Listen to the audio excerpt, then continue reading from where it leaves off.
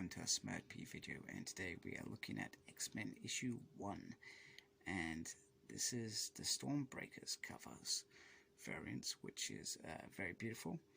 I believe, if I'm looking at this correctly, they're done by different artists. I think, I could be wrong. And it is an homage to X-Men issue 1, which is the highest selling comic in history, I believe, unless I've got that wrong. I do like the fact that Polaris is at the end, I guess, representing her father. I find that kind of ironic. Then we've got Rogue, Cyclops, and Wolverine. Rogue is doing the classic look. Then we've got Cinch and Sunflower. And then we've got Professor Xavier and Jean Grey.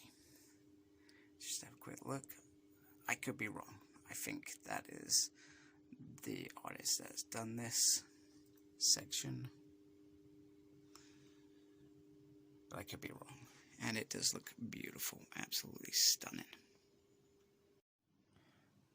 So, like all tales, there needs to be a villain, and we are introduced to this, I feel, new villain, Kevin Hung, who built up a business, made a hell of a lot of money at the age of 15, but his parents screwed him over. They took the money, they ran, he disappeared, and then he returned, and he wanted to create something amazing for the world, innovations, etc., make it grow, and his intent was to go to Mars, and he was probably almost there.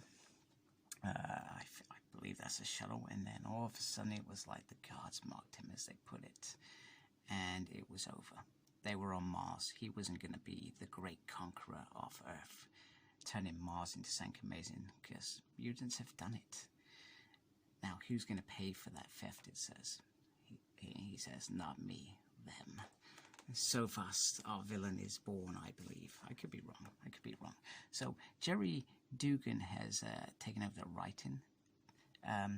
I've got to say, I was disappointed at the fact that Hickman has jumped so soon after just 21 issues.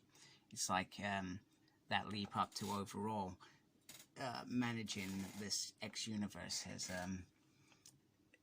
taken over, and his X-Vision, which perhaps would have been masterful and a brilliant run in years to come, has fallen short, if that makes sense. So a little bit disappointed.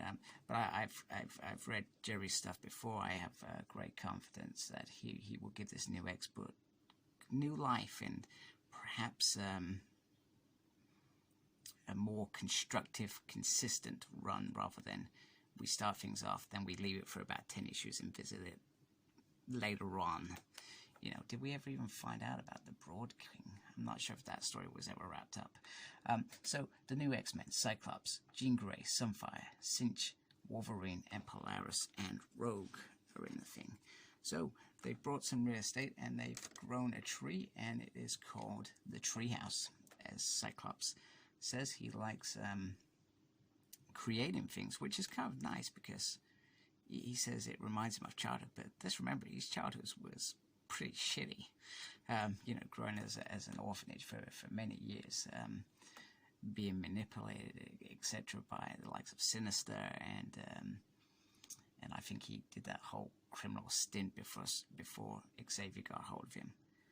So yeah, I do kind of like that. And Ben Urich, who is co-owner of the Bugle now, has come to have a conversation with him, and Cyclops actually likes his writing, which is nice. So there are some interesting exchange of words between Urich and Scott, mainly around Jumbo and his sudden resurrection, which was probably very well covered back in All New X-Men.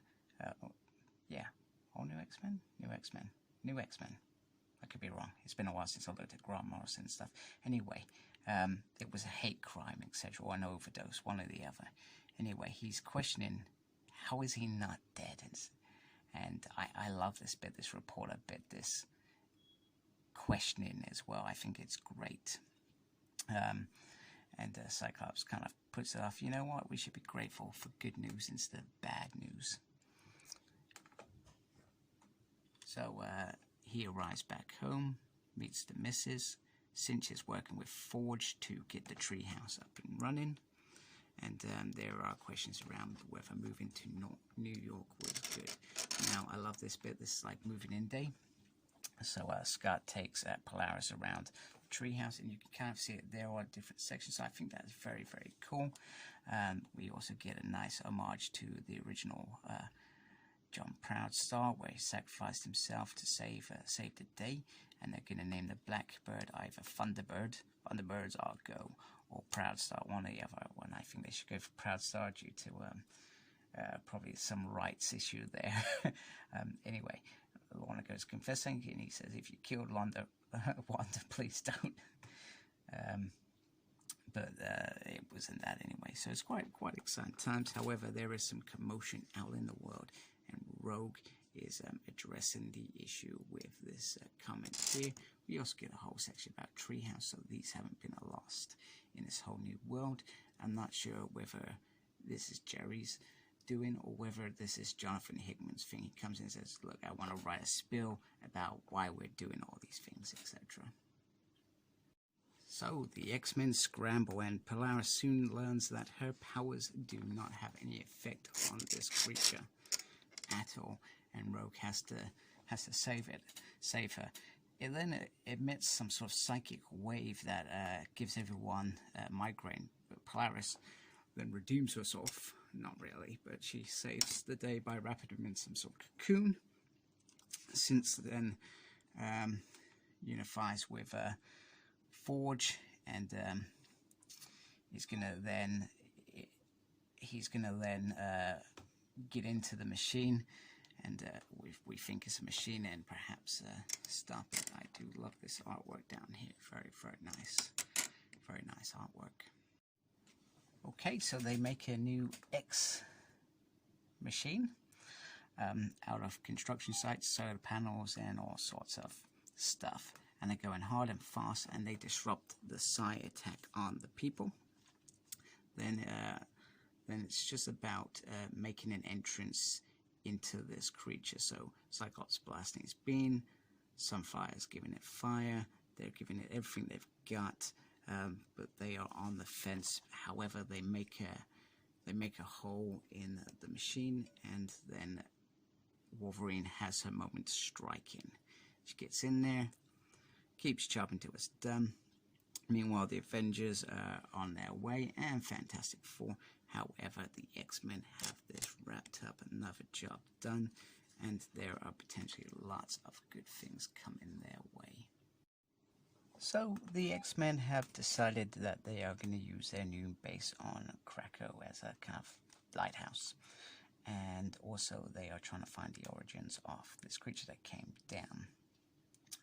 But it has a couple of purposes. One, to silently destroy brains, and to replicate itself to whatever's on planet Earth. Then we get a kind of epilogue over this gaming world that clearly are behind this attack, and all the fun and games are around the world. So, and that universe would be perfect if not for the humans, so Earth must go. So there we go. There are the new bad guys, Stormbreakers, the new next generation of elite artists. Okay, so these are the new Marvel's team of artists, so that makes sense. Get a little segment from Ben Urich. Then we go to some sort of testing lab where whoever this person is, they're experimenting on humans, making them better, making them adapt, making them survive, because mutants shouldn't have survived. They shouldn't be able to cheat death, and he will find out how that's happened, how the mutants were resurrected from their death. So I do like this way of exploring. Let's get a bit on this because I've got the card version because I like cards, so I was going to grab it anyway.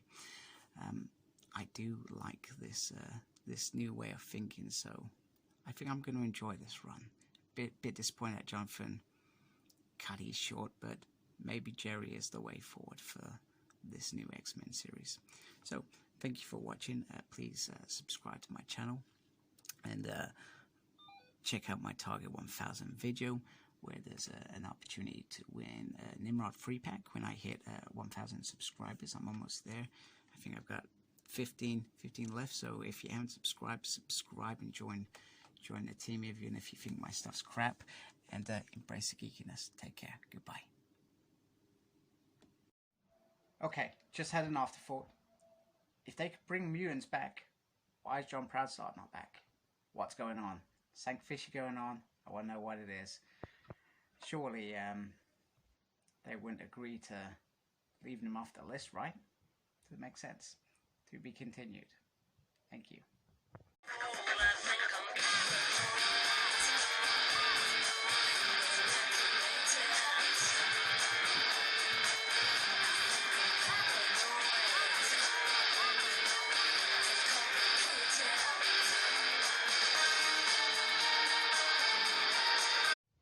Please like, comment, and subscribe to my channel.